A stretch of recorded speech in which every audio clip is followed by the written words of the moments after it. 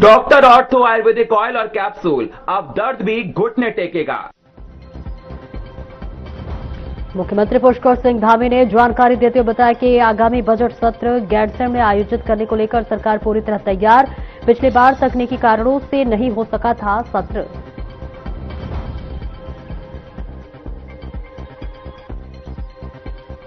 स्वर्गाश्रम के गीता भवन में कल्याण पत्रिका के शताब्दी महोत्सव में पहुंचे गृह मंत्री अमित शाह शताब्दी व आरोग्य अंक का किया विमोचन। सीएम बोले, आत्मनिर्भर राष्ट्र की दिशा में निरंतर काम कर रही केंद्र सरकार। कृषि सहायकों के मानदेय में बड़ी बढ़ोतरी के बाद प्रतिनिधिमंडल ने कृषि मंत्री गणेश जोशी से की मुलाकात। पुष्पगुच्छ भेंट कर जताया आभार।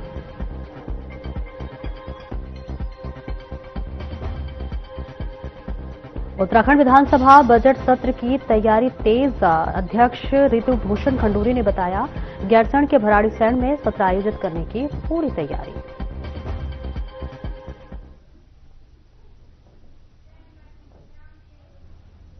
नमस्कार, स्वागत है आपका। मैं हूं आपके साथ सपना दीपक मदेशिया। बुलेटिन का आगाज करेंगे मुख्यमंत्री पुष्कर सिंह धामी। जानकारी देते हुए उन्होंने बताया कि गैरसैंण में आगामी बजट सत्र के लिए सरकार की तैयारियां पूरी तरह से करने की बात कही है। और वहीं इस दौरान मुख्यमंत्री धामी ने कहा कि सरकार की पूरी तैयारी गत वर्ष भी बजट सत्र गैरसैंण में कराने की थी, लेकिन तकनीकी कारणों के चलते वहां पर सत्र नहीं बल्कि मानसून सत्र करा पाए।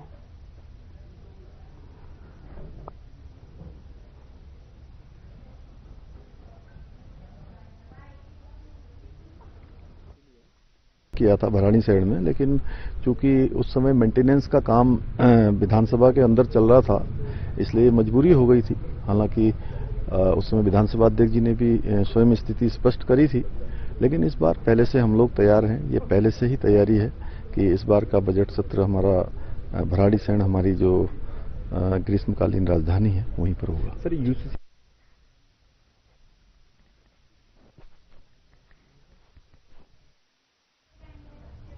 केंद्रीय गृह मंत्री अमित शाह ने स्वर्गाश्रम जौंक स्थित गीता भवन में गीता प्रेस गोरखपुर की सुप्रसिद्ध कल्याण पत्रिका के शताब्दी महोत्सव में पहुंचे। इस दौरान उन्होंने कल्याण पत्रिका के शताब्दी अंक का विमोचन किया और अब तक कल्याण पत्रिका की 17 करोड़ 50 लाख प्रतियां प्रकाशित हो चुकी हैं।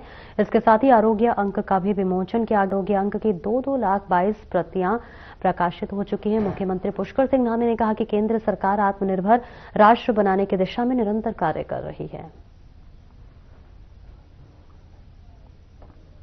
अब तक लगभग स्वतंत्रता के बाद जो पहला अंक प्रकाशित हुआ, वो अंक नारी अंक था। सनातन धर्म के अलावे कौन धर्म में मां का महिमा मंडन इतनी महान तरीके से। पहला अंक नारी अंक के रूप में प्रकाशित किया गया। हिंदू संस्कृति पर जो अंक आया, वो उस समय आया जब जवाहरलाल नेहरू जी के समय में पाश्चात्य असर से हमारे देश की नीतियां घड़ी जा रही थी। 1950 का वो वर्ष था। प्रदेश की न्याय पंचायतों में तैनात कृषि सहायकों के मानदेय में हुई उल्लेखनीय वृद्धि के बाद बता दें, कृषि सहायकों के पदाधिकारियों के एक प्रतिनिधि मंडल ने प्रदेश के कृषि मंत्री से भेंट की। इस दौरान प्रतिनिधि मंडल ने कृषि मंत्री गणेश जोशी का पुष्पगुच्छ भेंट कर उनका आभार जताया। गौरतलब है कि कृषि मंत्री गणेश जोशी के निर्देशों के बाद कृषि सहायकों का मानदेय 8,300 से बढ़ाकर 12,391 कर दिया गया है। इस अवसर पर कृषि मंत्री गणेश जोशी ने सभी को बधाई एवं शुभकामनाएं देते हुए कहा कि कृषि सहायक लंबे समय से मानदेय बढ़ोतरी की मांग कर रहे थे। साथ ही उन्होंने कहा कि मुख्यमंत्री पुष्कर सिंह धामी के नेतृत्व में हमारी सरकार पूरी संवेदनशीलता के साथ कार्य कर रही है।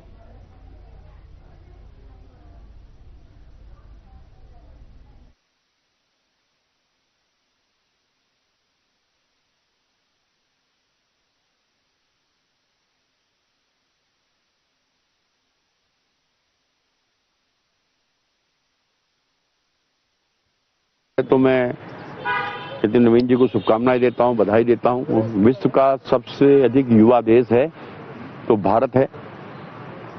आज विश्व की आबादी का 60% युवा भारत में रहता है और आज कल उनकी घोषणा हुई है। इससे आज पूरे भारतीय जनता पार्टी के कार्यकर्ताओं में देश में एक उत्साहवर्धन हुआ है। जहां कांग्रेस का युवा और सपा का युवा 55 साल का है, हमारा युवा बिल्कुल वास्तव में युवा है।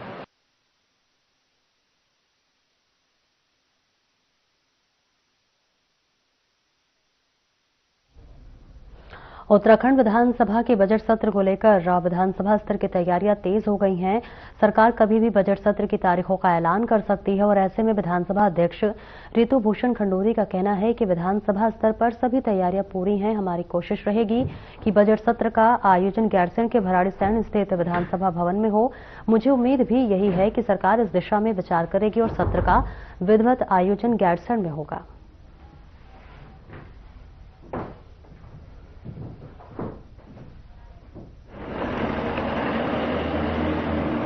देखिए, ऐसा है, विधानसभा सचिवालय तैयार रहता है और हमें पूरी जानकारी है ही कि बजट सेशन आने वाला है, इसलिए हम लोग पूरी तरह से चौक चौबंद हैं और पूरी तैयारी है।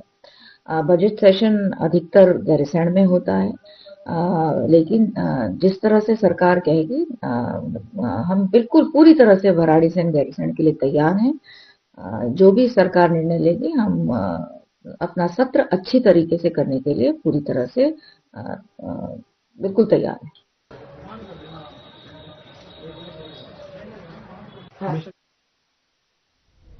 समान अधिकार और एक समान कानून की दिशा में देश को नई राह दिखाने वाले उत्तराखंड की ऐतिहासिक पहल समान नागरिक संहिता को 27 जनवरी को 1 साल पूरा हो जाएगा। तो वह इस मौके पर राज्य सरकार इसे केवल सरकारी आयोजन नहीं बल्कि सामाजिक चेतना और न्याय के उत्सव के रूप में मनाने जा रही है। आपको बता दें, पहली बार प्रदेश भर में समान नागरिक संहिता दिवस का आयोजन किया जाएगा, जिसका राज्य स्तरीय कार्यक्रम राजधानी देहरादून में होगा। तो वही मुख्यमंत्री पुष्कर सिंह धामी खुद इस आयोजन का नेतृत्व करेंगे।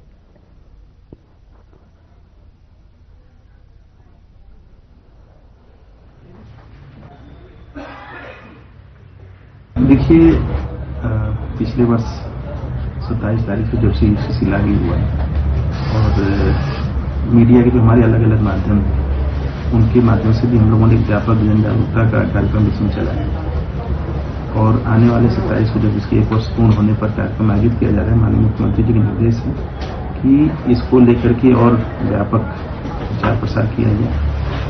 जो किसी की अगर कोई सुझाव है, जो पोर्टल बना है, पोर्टल से संबंधित उसको भी आमंत्रित किया जाए। पहले भी पोर्टल में कई शिकायतें और सुझाव आए थे, जिनको दूर करके उनका सरलीकरण किया गया है।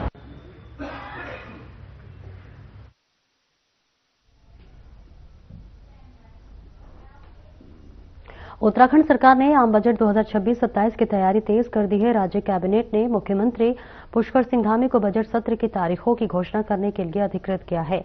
तो वही सरकार का बजट विभाग विभिन्न विभागों से प्राप्त प्रस्ताव का अध्ययन कर रहा है। राज्य के वित्त सचिव दिलीप जवालकर ने बताया कि सभी विभागों के प्रस्ताव वित्त विभाग को प्राप्त हो चुके हैं और उनका गहन पुनः परीक्षण किया जा रहा है। उन्होंने कहा कि केंद्र सरकार का आम बजट सार्वजनिक होने के बाद राज्य के आम बजट को अंतिम रूप दिया जाएगा।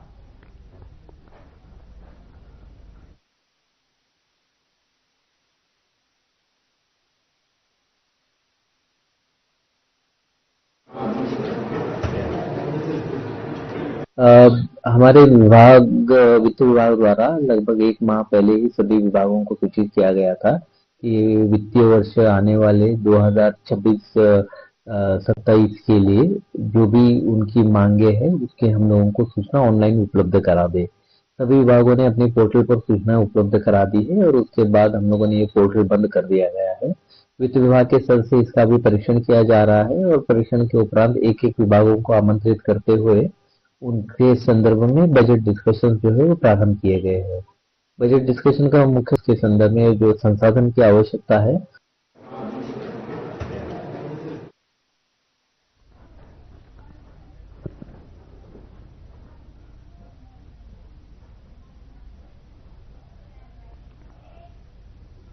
देहरादून के बंजारावाला क्षेत्र में रहने वाली एक लाचार विधवा मां विजयलक्ष्मी पवार ने अपने ही बेटों की प्रताड़ना से तंग आकर आपको बताते चले कि अपने ही बेटों से तंग आ गई और प्रशासन से मदद की गुहार लगाई। महिला का आरोप था कि उसके बेटे नशे की हालत में उसके साथ मारपीट करते हैं, पैसे मांगते हैं और जान से मारने की धमकी तक देते हैं।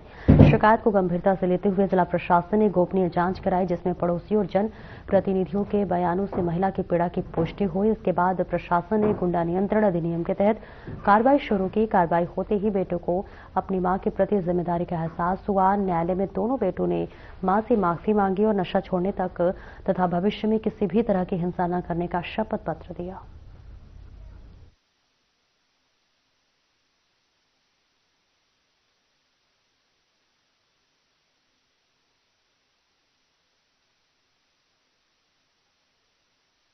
देखिए, हमारे जितने भी इन्फोर्समेंट के एक्ट नियम हैं उनका पर्पस है करेक्शन, रिफॉर्मेशन।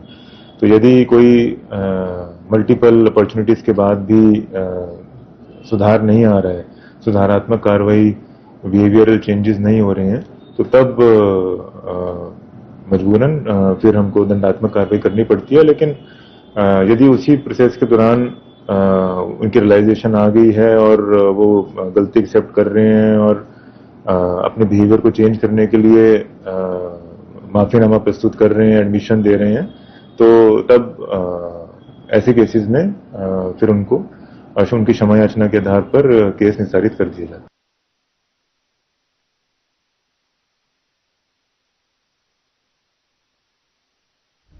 मुख्यमंत्री पुष्कर सिंह धामी के नेतृत्व में उत्तराखंड में प्रशासन डिजिटल मोड में तेजी से आगे बढ़ रहा है। ई गवर्नेंस को मजबूत करते हुए राज्य सरकार ने आम लोगों के लिए सरकारी सेवाओं को आसान, पारदर्शी और तेज बनाया है। अब प्रमाण पत्र बनवाने से लेकर शिकायतों के निस्तारण तक कई सेवाएं मोबाइल और ऑनलाइन पोर्टलों के माध्यम से घर बैठे उपलब्ध हो रही हैं। इससे न सिर्फ लोगों का समय बच रहा है, बल्कि प्रशासनिक कामकाज में भी पारदर्शिता बढ़ी है।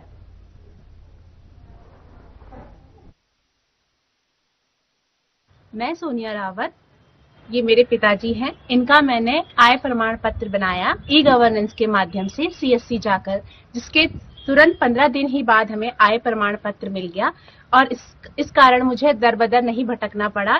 इसलिए मैं सरकार का तहे दिल से धन्यवाद करना चाहती हूँ। देखिए, जैसे आपको पता ही है कि सरकार अब डिजिटल गवर्नेंस की ओर पूरी तेजी से बढ़ रही है।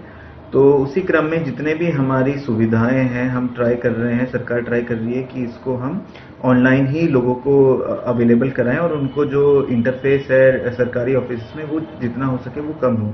इसमें आप देखेंगे जितने हमारे प्रमाण पत्र हैं, मैक्सिमम प्रमाण पत्र हैं, वो अपनी सरकार पोर्टल के माध्यम से ऑलरेडी ऑनलाइन किए जा चुके हैं।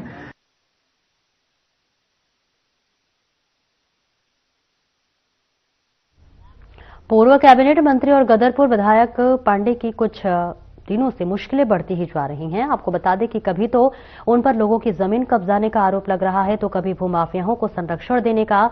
तो वहीं इस बीच एक और ताजा मामला सामने आया है, जहां गदरपुर तहसील प्रशासन ने गुलरभोज स्थित उनके आवास पर पहुंचकर उनके बेटे अतुल पांडे को नोटिस थमाया है। आपको बता दें कि इस नोटिस में नैनीताल हाईकोर्ट में दायर याचिका का हवाला दिया गया है और बताया गया है कि हाईकोर्ट की ओर से 26 दिसंबर 2024 को पारित आदेश के अनुपालन में राजकीय भूमि पर किए गए अतिक्रमण की जांच करने पर अवैध अतिक्रमण पाया गया है।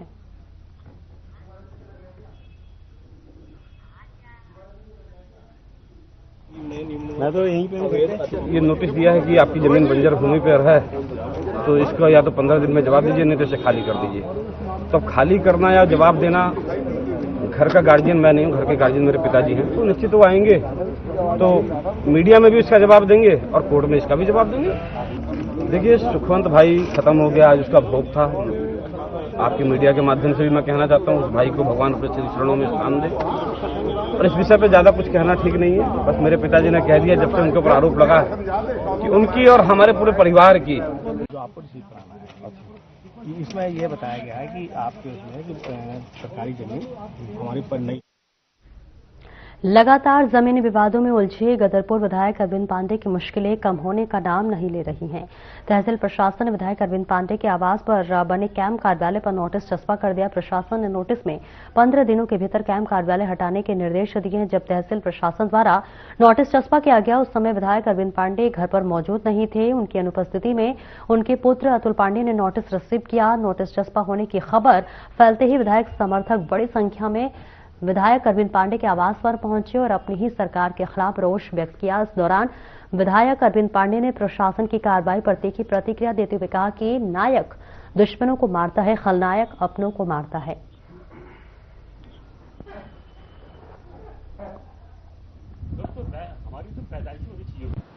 ऐसा है, पिछले 3-4 वर्षों से आप देख रहे हैं, थोड़ा सा गदरपुर विधानसभा के अंदर विशेष कृपा है। मेरा तो निवेदन है संगठन से, भारतीय जनता पार्टी के शीर्ष नेतृत्व से, अगर कोई मामला है तो उसको मिल बैठ के निपटाना चाहिए। इससे कार्यकर्ताओं के अंदर संदेश गलत जाता है और क्षेत्र के अंदर जनता का भी पार्टी से विश्वास खत्म होता है। हमारे इस नोटिस के आड़ में अनगिनत लोगों को नोटिस दिया गया है और इस विधानसभा के अंदर खासतौर पर गदरपुर विधानसभा में जो लोग गरीब लोग हैं, जिनका कोई सहारा नहीं है, वो लोग कहीं ना कहीं देश आजादी से पहले से ही सरकारी भूमि में कोई अपना टीन सेट डाल के, कोई मकान डाल के बैठा है, उनके ऊपर एक दहशत का माहौल बनाया जा रहा है। वो सिर्फ इसीलिए बनाया जा रहा है ताकि दहशत में ये गरीब लोग, किसी दलाल टाइप के लोग आगे अपनी दलाली की फ्रेंचाइजी बांटने में लगे हुए हैं। तो इन गरीबों को किसी जगह पहुंचा के उन गरीबों पे एहसान लादने का एक प्रक्रिया। नुकसान क्या इसमें हमारे माननीय है और ऐसा लगना बड़ा दुख की बात है हमारे लिए। और बिल्कुल हमें इस चीज पे हमें गंभीरता से ले रहे हैं हम भी इसको, कि जो भी हो रहा है ये इनके साथ नहीं हो रहा है, ये हमारे साथ हो रहा है, पब्लिक के साथ हो रहा है। ये लगा नहीं, हमने तो आज तक न सुना है न देखा है कभी ऐसा। हर आदमी की आवाज यही है इनके लिए, खड़े हैं, हर आदमी खड़ा है इनके लिए, चाहे कांचीपुर से हो, चाहे रुद्रपुर से हो, गदरपुर से हो, हर आदमी इनके लिए खड़ा है। इससे फायदा होगा। कैसे फायदा होगा, कैसे आप कह रहे हैं? इसलिए फायदा होगा कि मुखालिफ लोग उनके पीछे पड़े हैं, उसकी वजह से ये सब हो रहा है। वैसे ईमानदार आदमी है वो और हमेशा गरीबों के साथ रहते हैं, इसलिए मैं समझता हूँ कि उनको फायदा ही हो। आपके लोगों को मैसेज फैला रहे हैं, ऐसा है कभी किया है? हमारी समझ में नहीं आ रही बात, ऐसे कभी किया नहीं ना। तो आने वाले जो दो वही नुकसान नहीं, फायदा ही हो। ये नशा करते हो बेचते हो तुम? और एक छोटे से ब्रेक के लिए रुकेंगे, जल्द लौटते हैं।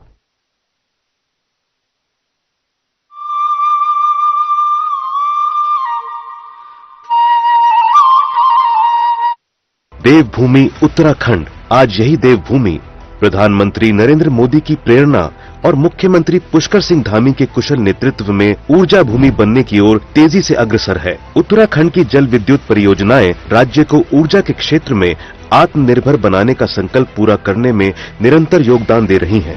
राज्य में जल विद्युत परियोजनाओं के द्वारा 2000 मेगावाट से अधिक बिजली का उत्पादन हो रहा है, जबकि 8000 मेगावाट क्षमता वाली परियोजनाओं पर तेजी से कार्य जारी है। लघु जल विद्युत परियोजनाओं ने भी ऊर्जा उत्पादन में उल्लेखनीय इजाफा किया है। उत्तराखंड हरित ऊर्जा के क्षेत्र में भी तेजी से आगे बढ़ रहा है। 13 मार्च 2023 को लागू उत्तराखंड सौर ऊर्जा नीति का उद्देश्य 2027 तक उत्तराखंड में 2500 मेगावाट सौर उत्पादन का है। राज्य में सौर ऊर्जा उत्पादन को प्रोत्साहित करने के लिए राज्य सरकार ने सिंगल विंडो प्रणाली के साथ ही लैंड यूज बदलाव के शुल्क में छूट की भी घोषणा की है। मुख्यमंत्री सौर स्वरोजगार योजना के माध्यम से 20 से 200 किलोवाट तक के सोलर प्लांट लगाने के लिए प्रोत्साहन दिया जा रहा है। सौर ऊर्जा के बेहतर उपयोग के लिए बैटरी स्टोरेज परियोजना की पहल भी की गई है। इस साल की शुरुआत में मैंने ये प्लांट लगवाया। इस प्लांट के लगने के बाद मैं देख रहा हूँ कि हमारा जो बिजली का बिल है वो आ ही नहीं रहा है। तो इस ग्लोबल वार्मिंग के दौर में जहाँ लोग बिजली की इतनी खपत हो रही है, इस योजना का लाभ लें। जब हमारा बिल, मेरा बिल जो खुद देखता था मैं कि 1500, 1700, 1800 तक बिल आ जाता था, तो आज आप देखिएगा अभी तक मैंने 1 रुपये भी पेमेंट नहीं किया है। तो निश्चित ही है कि ये बहुत अच्छा स्कीम है। अब उत्तराखंड में भूतापीय ऊर्जा नीति को भी मंजूरी मिल चुकी है। इस नीति के अंतर्गत उत्तराखंड के जियो थर्मल स्प्रिंग्स के जरिए ऊर्जा उत्पादन की राह प्रशस्त होगी। उत्तराखंड सरकार का लक्ष्य है उत्तराखंड को देश के ऊर्जा मानचित्र पर अग्रणी राज्य के रूप में स्थापित करना।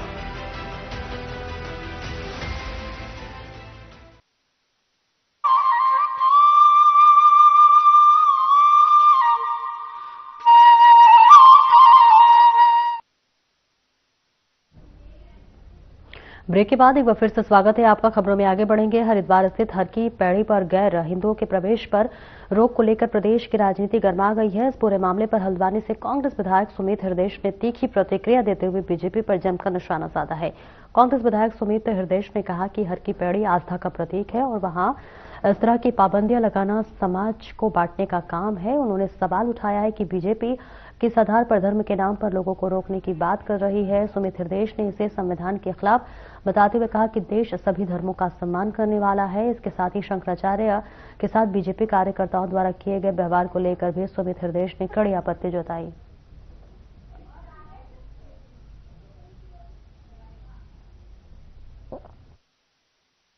ये विषय ऐसा है कि इन्होंने हर की पौड़ी में गैर हिंदुओं को प्रतिबंधित कर दिया है। अब धीरे धीरे ऐसा ना हो कि दक्षिण अफ्रीका में जैसे अपार्टाइड था कि पीने के पानी के नल भी अलग कर दें और कुर्सियों पे बैठने की वो भी अलग कर दें। ये इनके देखिए, जब भी इन पे विपत्ति आती है, परेशानी आती है, ये हिंदू मुस्लिम कार्ड खेलते हैं, लोगों की भावनाओं को आहत करने की प्रयास करते हैं, भड़काने का प्रयास करते हैं। मैं इनसे पूछना चाहता हूँ, ये जो हमारे मठ के जो हमारे शंकराचार्य जी हैं, आपने उन्हें संगम में डुबकी लगाने से रोका, उनके अनुयायियों को खदेड़ा। आप हिंदू समाज की सनातन धर्म की रक्षा की बात करते हैं।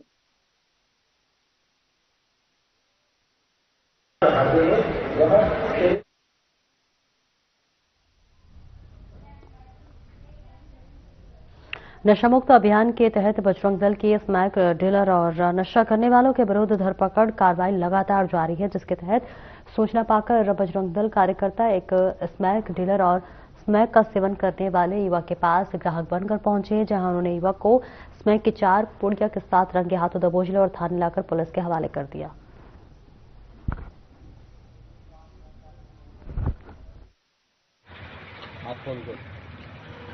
तो हमें एक सूचना मिली थी कि एक डीलर बेच भी रहा है, पी भी रहा है स्मैक। तो हमारी जो बजरंग दल की टीम थी वहाँ पे मौजूदा मैं वहाँ पे गई थी। तो उस टाइम पे डीलर बन के गए थे हम कि हमें भी स्मैक चाहिए करके। तो उसने स्मैक देने के बहाने हमें बुलाया, हम गए वहाँ पे उस जगह पे। उसने ये बोला 700 रुपये की स्मैक मिलेगी। तो हमने हमारे जो बजरंग दल के जो कार्यकर्ता हैं उन्होंने ये बोला मैं बाहर से यूपी से आया हूँ और कितने की मिलेगी। तो उसने 700 रुपये का रेट बताया। जब हमारे बजरंग दल के लोगों ने उसके जेब चेक करी तो 4 बिट बरामद हुई, उसकी जेब में बरामद हुई है।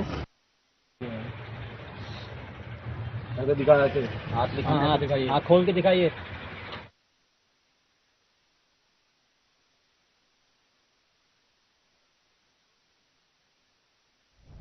तो तस्वीरें दिखा रहे हैं जहां पर नशामुक्त अभियान पर बड़ी कार्रवाई इस वक्त लगातार जारी है और देखिए कैसे पूरे प्रदेश में ये अभियान लगातार चलाया जा रहा है, जिसके तहत बजरंग दल ने ये बड़ी कार्रवाई की है। स्मैक डीलर को रंगे हाथों पकड़ लिया है और देखिए अब आगे की कार्रवाई होती हुई नजर आएगी। टनकपुर से ये तस्वीरें आपको दिखा रहे हैं जहां लगातार अवैध कामों पर इस तरह से लगातार शिकंजा कसा जा रहा है। स्मैक डीलर को रंगे हाथों गिरफ्तार किया गया है। नशा मुक्त अभियान पर यह बहुत बड़ी कार्रवाई बताई जा रही है कि पूरे प्रदेश में प्रशासन की तरफ से देखिए कार्रवाई की जा रही है और इस बीच बजरंग दल की तरफ से भी देखिए बड़ी कार्रवाई की गई है, जहां एक स्मैक डीलर को पकड़ा गया है। अब इसे पुलिस के हवाले किया जाएगा और इसके आगे की कार्रवाई की जाएगी। साथ ही ये भी पता लगाने की कोशिश की जाए कि इस पूरे गिरोह में और कौन कौन शामिल है, किस तरह से ये गिरोह जो है वो इन अवैध कामों का अंजाम देते हैं, किस तरह से इस पूरे मामले में जो है संलिप्त रहते हैं। तस्वीरें आपको दिखा रहे हैं जहां पर अवैध कामों पर लगातार शिकंजा कसता हुआ नजर आ रहा है। नशा मुक्त अभियान जो लगातार चलाया जा रहा है, अब इसके तहत ये बड़ी कार्रवाई की गई है। बजरंग दल ने ये बड़ी कार्रवाई की गई है जहां एक स्मैक डीलर को गिरफ्तार किया गया है। अब इस स्मैक डीलर से पूछताछ की जा रही है और आगे की कार्रवाई की जाएगी। रंगे हाथों देखिए इसे गिरफ्तार किया गया है और ये तस्वीरें आपको दिखा रहे हैं जहां आप देख सकते हैं इस डीलर के पास कुछ हाथों में दिखाई दे रहा होगा आपको। और इसके साथ ही साथ बजरंग दल की ये बहुत बड़ी कार्रवाई बताई जा रही है जहां रंगे हाथों स्मैक डीलर को गिरफ्तार किया गया है। पूरे प्रदेश में इस वक्त नशा मुक्त अभियान चलाया जा रहा है, जिसके तहत लगातार शिकंजा कसा जा रहा है और इसी के तहत देखिए ये बड़ी कार्रवाई की गई है।